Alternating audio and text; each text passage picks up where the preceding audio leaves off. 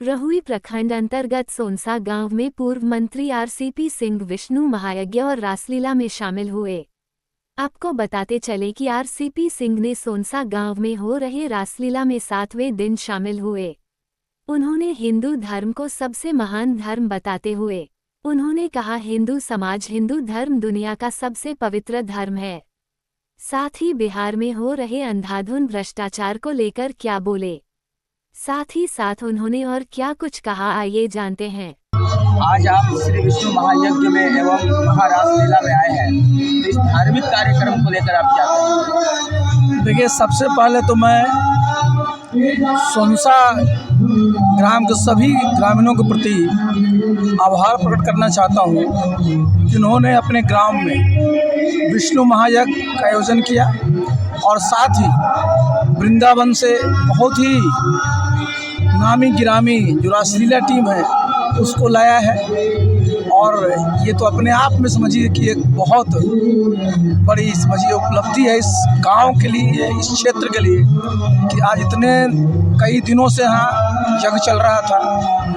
28 तारीख तक ये रासलीला का भी आयोजन किया गया। एक जो माहौल बनता है, देखिए धर्म क्या करता है, जोड़ता है। आप देखते हैं कई गांव के लोग यहाँ आ रहे हैं, सभी उम्र के लोग आ रहे हैं, स्त्री पुरुष सब आ रहे हैं, और सब में सोच क्या है, भावना क्या है, एक अपनत्व की भावना है, और सबको एक भरोसा किन पर है, भगवान। तो ये तो बहुत बड़ी चीज़ है ना। आप इकट्ठा होते हैं एक अच्छे काम के लिए, एक शुभ काम के लिए, और भगवान के प्रति जो आस्था लोग प्रकट करते हैं, तो उससे तो अपने आप में ताकत तो आती है, साथ साथ समाज में भी सब लोगों की ताकत बढ़ती है। सर, जिस तरीक़ा से एक बात और है कि विधानसभा का चुनाव नज़दीक आ रहा है, आप भी चुनाव लड़ रहे हैं, तो अभी जो है चुनाव का माहौल कुछ बिहार में अलग ही हो जाता है। जब बिहार में चुनाव आता है तो माहौल कुछ अलग हो जाता है।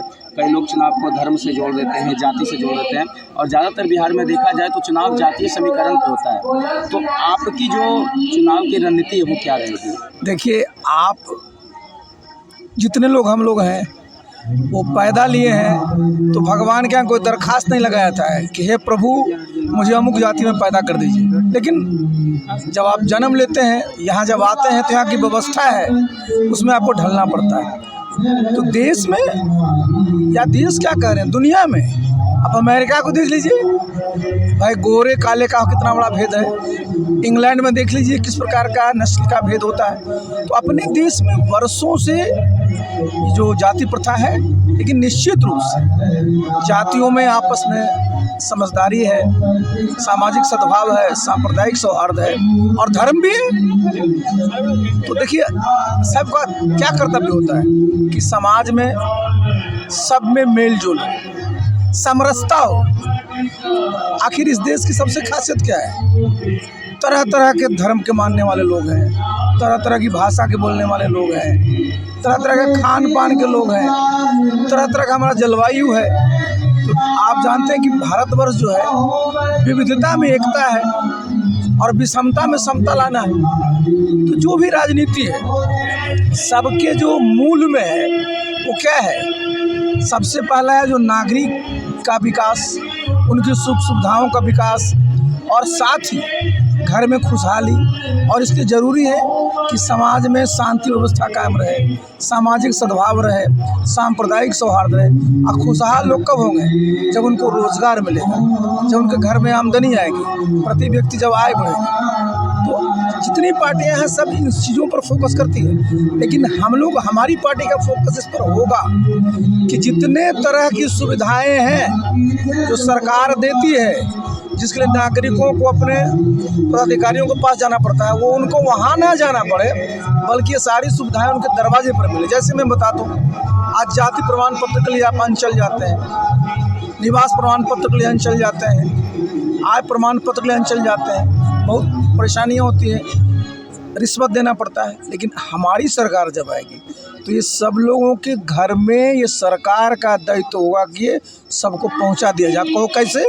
तो आज देखिए सबके घर में वोटर आईडी कार्ड पहुंचा हुआ है कि नहीं है? तो जब वोटर आईडी कार्ड पहुंच सकता है तो सब नागरिकों के घर में उनका निवास प्रमाण पत्र, आय प्रमाण पत्र, जाति प्रमाण पत्र कहाँ नहीं पहुँचेगा। उसी प्रकार आज देखिए गांव में क्या होता है कि सबसे बड़ी समस्या क्या रहती है, दाखिल खारिज की। कितना रुपया लोग लगता है, ठगते रहता है। तो दाखिल खारिज भी किसान हमारे हैं जिनकी ज़मीनी है, उनका अधिकार है। तो हमारी पार्टी जब सरकार में आएगी ना तो हम लोग ये सुनिश्चित कराएंगे कि गांव में ही जा कर के दाखिल खारिज का भी काम करती है। तो इस प्रकार की जितनी तरह की सुविधाएं, आप देखो यहाँ पेंशनर्स 400 रुपया पेंशन मिलता है। 400 रुपये पेंशन में क्या होगा जी, चाहे बूढ़ा बूढ़ी पेंशन हो, विधवा पेंशन हो, दिव्यांग पेंशन, सब 400 रुपया। 400 रुपये में क्या होता है। तो हमारी पार्टी सरकार में आएगी ना तो इसको हम लोग कई गुना बढ़ाएंगे। आसपास के प्रदेश में जितना मिलता है उससे ज़्यादा हम लोग।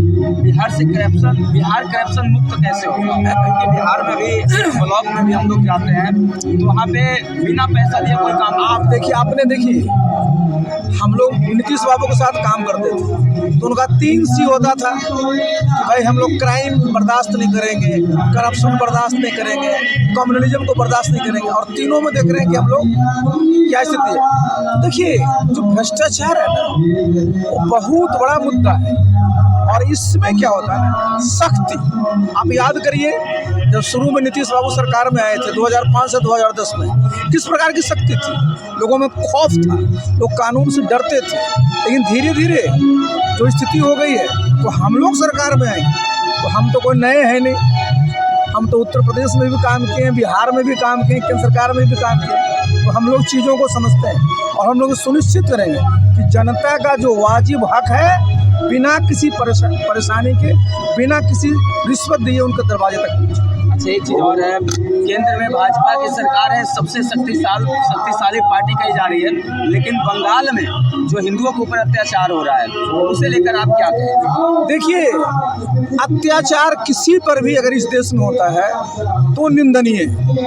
चाहे आप धर्म के आधार पर अत्याचार करिए, जाति के आधार पर अत्याचार करिए, क्षेत्र के। हम देखते हैं कई बार बिहारी बच्चे हमारे पढ़ने जाते हैं महाराष्ट्र में, किस प्रकार से हमारे बच्चों को करते। तो इस प्रकार की जो घटनाएं घटती है ना उसको सिर्फ धर्म के एंगल से नहीं देखना चाहिए, बल्कि केंद्र सरकार राज्य सरकार दोनों का दायित्व है कि पूरे देश में सब लोग अमन चैन से रहें, शांति व्यवस्था बनी रहे, तभी तो देश आगे बढ़ेगा ना। थैंक यू, बहुत बहुत धन्यवाद आपका।